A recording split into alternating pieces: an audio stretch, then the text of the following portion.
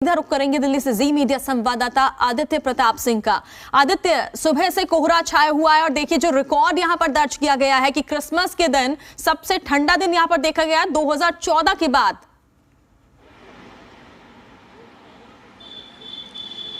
जी बिल्कुल, आज जो ठंड है दिल्ली में वो लोगों के लिए हाड़ कांपती हुई ठंड है। ठंड के साथ साथ एक तो न्यूनतम तापमान, ऊपर से शीतलहर का कहर। दिल्ली ही नहीं, दिल्ली से सटे उत्तर भारत के कई ऐसे इलाके हैं जहां पर ये शीतलहर का कहर देखा जा रहा है।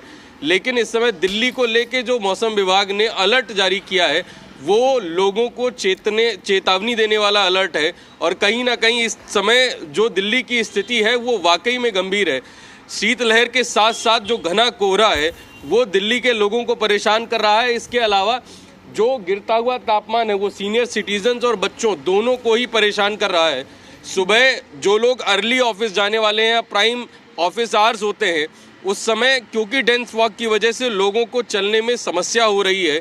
और कहीं ना कहीं जिस तरीके से जो टेम्परेचर एकदम से डाउन हुआ है, जो बीमार लोग हैं उनको बहुत परेशानी हो रही है। और शीतलहर ने लोगों को बहुत परेशान कर रखा है। दिल्ली में अलाव की स्थिति, अलाव तापते हुए लोग और चाय की दुकानों का सहारा लेते हुए लोग दिख जा रहे हैं जो सुबह ऑफिस जा रहे हैं। और इस समय जहां हम खड़े हैं, ये एक चाय की दुकान के पास का ही आपको दृश्य दिखाऊंगा। ये दुकान सुबह 7 बजे खुल जाती है और यहाँ पर 7 बजे से ही भीड़ लगना शुरू होती है। हमने चाय के दुकानदार से बात की थी तो उन्होंने बताया था कि बीते 2 दिनों से जो सुबह की भीड़ है वो पर्याप्त संख्या में हो जाती है, क्योंकि ठंड में चाय लोग एक साधन मानते हैं कि नहीं, ठंड से बचाव किया जा सकता है उसी का। तो जिस तरीके से दिल्ली में ठंड बढ़ रही है और दिल्ली में अलर्ट जारी है आने वाले 24 घंटे तक, दिल्ली समेत हरियाणा, पंजाब, चंडीगढ़, उत्तर प्रदेश का पश्चिमी इलाका, राजस्थान, यहाँ पर आने वाले 24 घंटों में भी जो तापमान है उसमें गिरावट दर्ज की जाने की संभावना है। और जिस तरीके से शीतलहर दिल्ली में चल रही है, ये शीतलहर हरियाणा, चंडीगढ़ के लोगों को भी और पंजाब के लोगों को भी परेशान कर रही है। जी बिल्कुल, देखिए लोग बेहद परेशान यहाँ पर हो रहे हैं। लेकिन अगर बुजुर्गों की बात करें, बच्चों की बात करें, क्या कोई यहाँ पर बदलाव देखा गया है कि जो बच्चे स्कूल जाते हैं, छोटे बच्चों की बात देखी जाती है? क्योंकि कई जगहों पर हमने ये भी देखा है कि स्कूलों की टाइमिंग में बदलाव किया गया है, लेकिन दिल्ली में इस तरह के कोई भी चेंजेस नहीं हुए हैं। जी बिल्कुल, अभी दिल्ली सरकार की ओर से इस ठंड को देखते हुए शायद ही कोई एडवाइजरी जारी नहीं की गई है। लेकिन हाँ, कई स्कूल्स ने अपने विंटर वेकेशंस जो हैं, जो दिसंबर लास्ट में होते हैं एग्जाम्स के बाद, उनकी घोषणा कर दी। और जो प्राइमरी स्कूल्स होते हैं वहाँ पर भी विंटर वेकेशंस की घोषणा हो गई। लेकिन अभी ठंड को देखते हुए राज्य सरकार की ओर से किसी प्रकार का आदेश जो है वो स्कूलों को लेकर अभी तक नहीं आया है। बिल्कुल, तो कोई भी आदेश अभी तक नहीं आया है। और देखिए जो बड़ा सवाल यहाँ पर बना हुआ है, एक और सवाल आदित्य, क्या प्रशासन ने कोई इंतजाम किए हैं? क्योंकि देखिए ठंड इस तरह से बढ़ती है तो मरीजों की संख्या भी बढ़ जाती है। क्या अस्पतालों में कोई खास इंतजाम?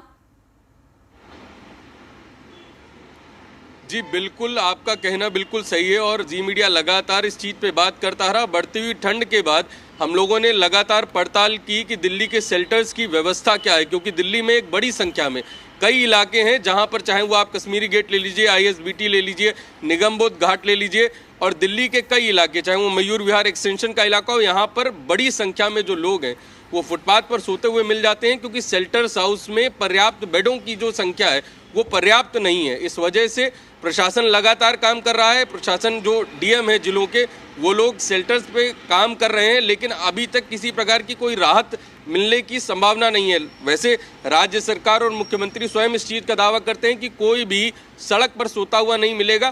प्रशासन इस चीज़ पे कार्रवाई कर रहा है। किसी तरीके का अभी प्रशासनिक कोई आदेश ऐसा नहीं आया है कि ठंड को लेके कोई नियमित आदेश आया हो, ऐसा प्रशासन की तरफ से कोई भी सूचना नहीं है। बिल्कुल, चलिए प्रशासन किस तरह से तैयारी कर रहा है ये और जानने की कोशिश करते हैं। हमारे साथ तरुण भी लगातार बने हुए हैं। तरुण, दिल्ली सरकार जो तमाम दावे करती है, क्या वो दावे सच होते साबित हो रहे हैं कि जो बेघर जो लोग होते हैं वो उन्हें ठंड से बचाने के लिए क्या कुछ दिल्ली सरकार कर रही है? देखिए, जो नाइट शेल्टर्स हैं उनकी व्यवस्था लगातार औचक निरीक्षण के माध्यम से देखी जा रही है, उसके ऊपर नज़र रखी जा रही है। और हर ठंड के वक्त जब ऑल टाइम लो चला जाता है टेम्परेचर, दिल्ली के अंदर इस समय सुबह के वक्त 8 बजे का जो टेम्परेचर IMD ने जारी किया है वो सफदरजंग में एक्सपेक्टेड जो था कि 5 तक जाएगा, उससे 0.3 नीचे और गया है। लिहाजा 5 सफदरजंग का डिग्री सेल्सियस रिपोर्ट हुआ है और पालम का 6.5 डिग्री सेल्सियस टेम्परेचर रिपोर्ट हुआ है सुबह 8 बजे का। और जो बाकी सराउंडिंग एरियाज़ हैं, पालम और सफदरजंग थोड़े से खाली इलाके हैं, इसीलिए वहाँ पर जो शीतलहर है उसका प्रभाव ज़्यादा देखने के लिए मिलता है। लेकिन बाकी जो दिल्ली है उसके अंदर कमोबेश 7 से 8 डिग्री सेल्सियस ही टेम्परेचर रिपोर्ट हुआ है। और लगातार टेम्परेचर का जाना, हवा की रफ्तार भी थोड़ी कम हुई है, जिसके कारण जो ठिठुरन है या फिर ये कहें कि सूरज कब 10 बजे के बाद, 11 बजे के बाद या 12 बजे के बाद जब चढ़ना शुरू होगा तब थोड़ी आंशिक राहत मिलनी शुरू होगी। जहाँ तक तैयारियों की बात है, डूसुब जो कि Delhi urban shelter improvement board है उसकी तरफ से भी व्यवस्था की जाती है कि कोई भी बेघर खुले में ना सोए, जिसके कारण वो मौत का भी शिकार हो सकते हैं। लिहाजा मेरे सहयोगी ने भी सही जिक्र किया कि जो ऐसे इलाके हैं जहां पर नाइट शेल्टर्स की व्यवस्था बड़े पैमाने पर की जाती है, अंतर्राज्यीय जो बस टर्मिनल होते हैं, रेलवे स्टेशन होते हैं या जो बड़े अस्पताल होते हैं जैसे एम्स है, उसके पास भी नाइट शेल्टर्स की संख्या को बढ़ा दिया जाता है। ना सिर्फ सरकारें, प्रशासन बल्कि NGOs की तरफ से भी ये लगातार निगरानी रखी जाती है।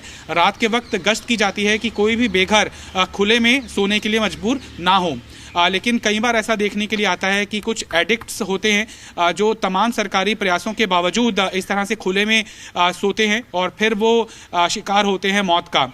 हालांकि ऐसा कोई सरकारी डेटा सामने नहीं आता है, NGOs की तरफ से सरकारी डेटा जारी नहीं होते हैं, लेकिन NGO की तरफ से एक अनुमान ज़रूर हर सर्दियों के अंदर जारी होता है कि दिसंबर से लेकर जनवरी तक इतने बेघरों की मौत हुई है। और ऐसा माना जाता है कि दिसंबर से जनवरी या फिर फरवरी के एक्सटेंड तक भी अगर कोई मौत हो रही है तो वो सर्दी के कारण ही होती है। लिहाजा कोई वेरीफाइड जो औपचारिक प्लेटफॉर्म के ऊपर ऐसा कोई डेटा सामने नहीं आता है कि मौत का शिकार जो लोग हुए हैं उनका एक प्राइम रीज़न ठंड ही था, ठिठुरन ही था और उनको कोई व्यवस्था हासिल नहीं हुई, रैन बसेरों के अंदर उनको जगह नहीं मिली है, जिसके कारण उनको मौत का शिकार होना पड़ा है।